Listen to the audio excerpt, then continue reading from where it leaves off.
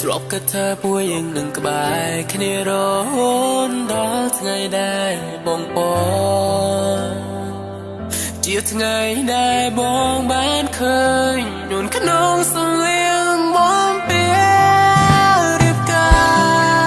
រពេលនេះនៅនឹងគេមានសំណាងបានអូនជាគូជីវិតរីឯបងដេញអមតុងរាតែបងក៏ដែរឬទេបងគ្មានអ្វីដូចគេមានតែបែរដងស្មោះតែប៉ុណ្ណោះធ្វើត្រូវហើយដែលអូនចាក់ចេញពីបងនៅពេលនេះព្រោះបងគ្មានលទ្ធភាពនៅក្បែរអូនទឹកភ្នែកជន់ដំណើរស្រីទៅរកអ្នកថ្មីព្រមគេមានអ្វីផ្គប់ចិត្តថ្លៃបងអ្នកក្រប្រឹងត្រដររស់កុំដកគ្មានអ្វីឡើយគ្មានណាកាំងបានថ្លៃ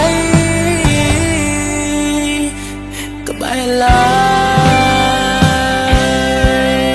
យ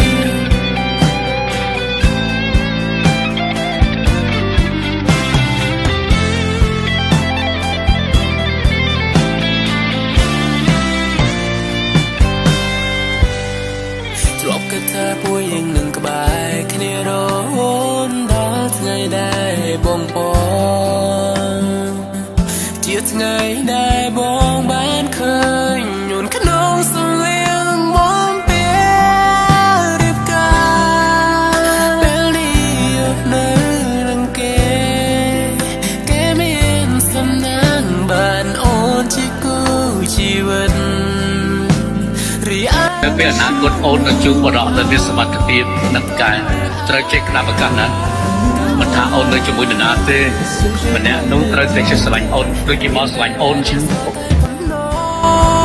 ធ្វើត្រូវហើយដែលអូនចាក់ចេញពីបងនៅពេលនេះព្រោះបងគ្មានលទ្ធភាពនៅក្បែរអូ